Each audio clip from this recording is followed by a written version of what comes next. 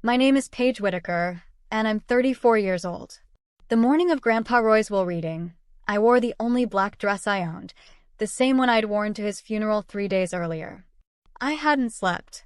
Not because of grief, though I was grieving. Because of dread. I knew my family. I knew how these things went when our family was in the same room together. The lawyer's office was on the 14th floor of a glass building downtown. Conference Room B, long oak table, leather chairs, the smell of old paper and central air conditioning. My parents were already seated when I arrived. My mother, Renee, in a cream blazer she'd bought specifically for the occasion, and my father, Glenn, leaning back in his chair like he owned the building. My sister, Brooke, sat beside them, manicured nails tapping quietly on the table, a small smile already living at the corner of her mouth. I took the chair across from them. Nobody said hello. Grandpa Roy was my mother's father. He'd built his wealth the slow, honest way. 30 years in commercial real estate, buying properties other people gave up on, fixing them, holding them. By the time he passed at 81, the estate had been valued at just over $7 million. Everyone in that room knew it. Nobody pretended otherwise. The lawyer, a quiet man named Mr. Aldrich, opened his folder without ceremony and began reading. Standard language first. Debts. Donations to 2 charities Grandpa had supported for decades, a small bequest to his longtime housekeeper Rosa. My mother shifted in her seat during that part. She'd never liked Rosa. Then came the main distribution. To Brooke, $6.9 million. The full remainder of the liquid estate, the investment accounts, the downtown rental property. My mother's hand found my father's arm. Brooke exhaled slowly, like she'd been holding her breath for years and finally got permission to let it go. My father smiled. Not at me, not at anyone in particular. Just smiled at the ceiling, satisfied. Then Mr. Aldrich continued. To Paige, $1. The room went very quiet for exactly 2 seconds. Then my mother laughed. It wasn't loud or dramatic. It was worse than that. It was light, almost amused, like she'd just heard the punchline to a joke she'd been waiting on for a long time. My father chuckled once, low, under his breath. Brooke looked at her nails. My mother turned to me, and I will never forget what she said, because she said it the way someone says something they've been rehearsing. She smirked and said, "Some kids just don't measure up." I didn't cry. I want to be clear about that. I sat very still and I did not cry, because I had spent 34 years training myself not to give this family the satisfaction of my tears. Inside, something had cracked open, some last fragile hope I hadn't even admitted I was carrying.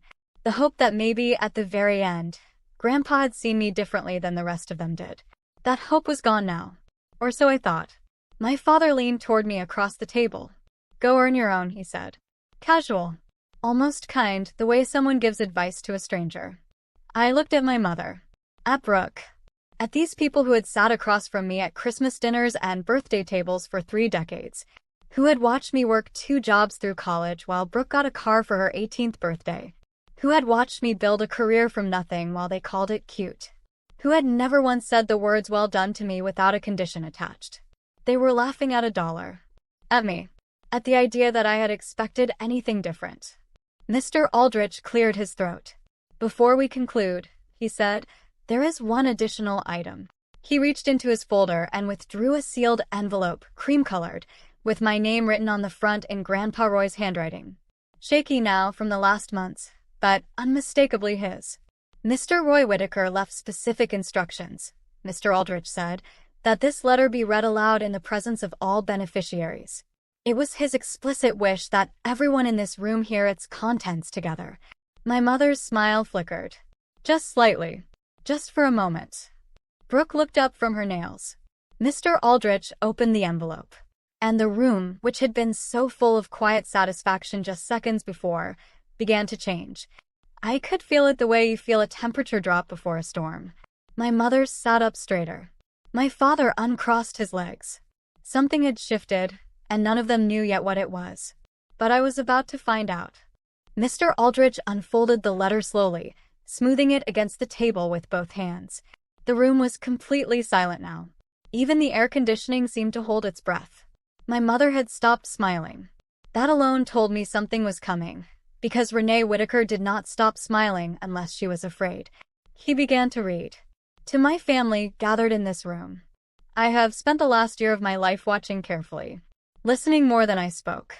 And what I saw broke my heart in ways I don't have the words to properly explain. So I will use the words I do have, and I will be direct, because I am 81 years old and I have earned the right to be direct. My father shifted in his chair. Paige, my granddaughter, you received $1 from this estate, and I imagine the people in that room found that funny. I need you to understand something before another second passes. That dollar was not an insult. That dollar was a message. And this letter is the explanation. My mother's face had gone very still. Mr. Aldrich continued reading, and Grandpa Roy's voice seemed to fill the room through every word. Steady, deliberate, the same voice that used to read to me from the back porch when I was 7 years old. 3 years ago, I quietly transferred the Hargrove Street property portfolio into a separate trust. 7 buildings. Current market value, $4.2 million. That trust has one beneficiary, Paige. It has been managed in her name since 2021, generating rental income that has been accumulating in a private account she does not yet know exists. That account currently holds $316,000. The deed transfers are already complete. The lawyers have the paperwork. As of today, Paige, you own all of it. I stopped breathing. I heard my mother make a sound I had never heard from her before.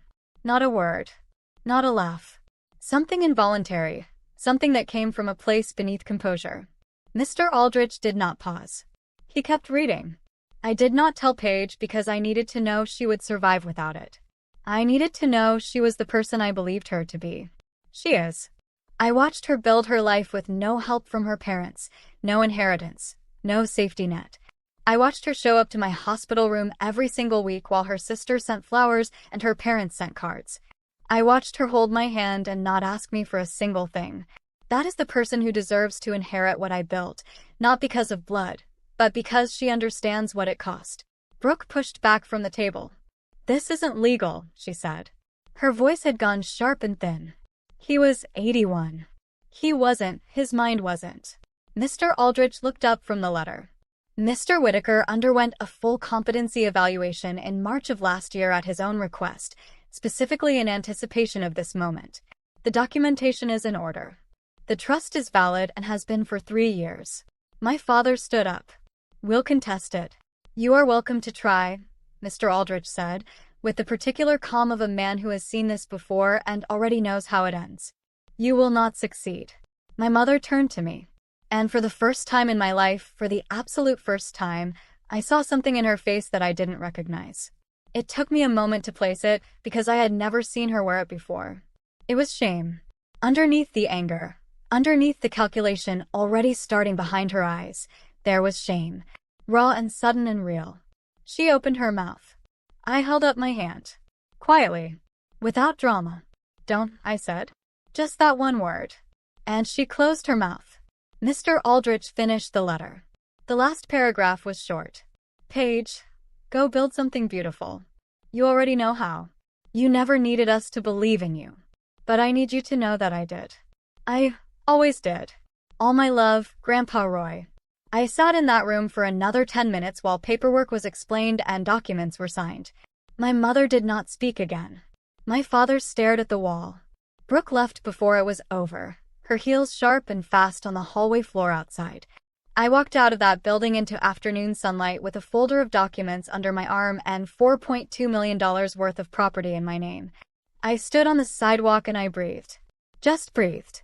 I had walked into that room as the daughter who got $1. I walked out as the woman my grandfather had been quietly protecting for 3 years, waiting, trusting, believing I would be exactly who I turned out to be. The dollar is framed on my wall now, right next to a photograph of Grandpa Roy and me on his back porch, the summer I was 7. He's reading to me. I'm leaning against his shoulder with my eyes closed, just listening. That's the thing about people who truly love you. They don't always tell you what they're planning. Sometimes they just quietly make sure you're going to be okay. And then they trust you to figure out the rest. If this story moved you, hit that subscribe button right now. New stories drop every week, and the next one might just be the one that stays with you forever.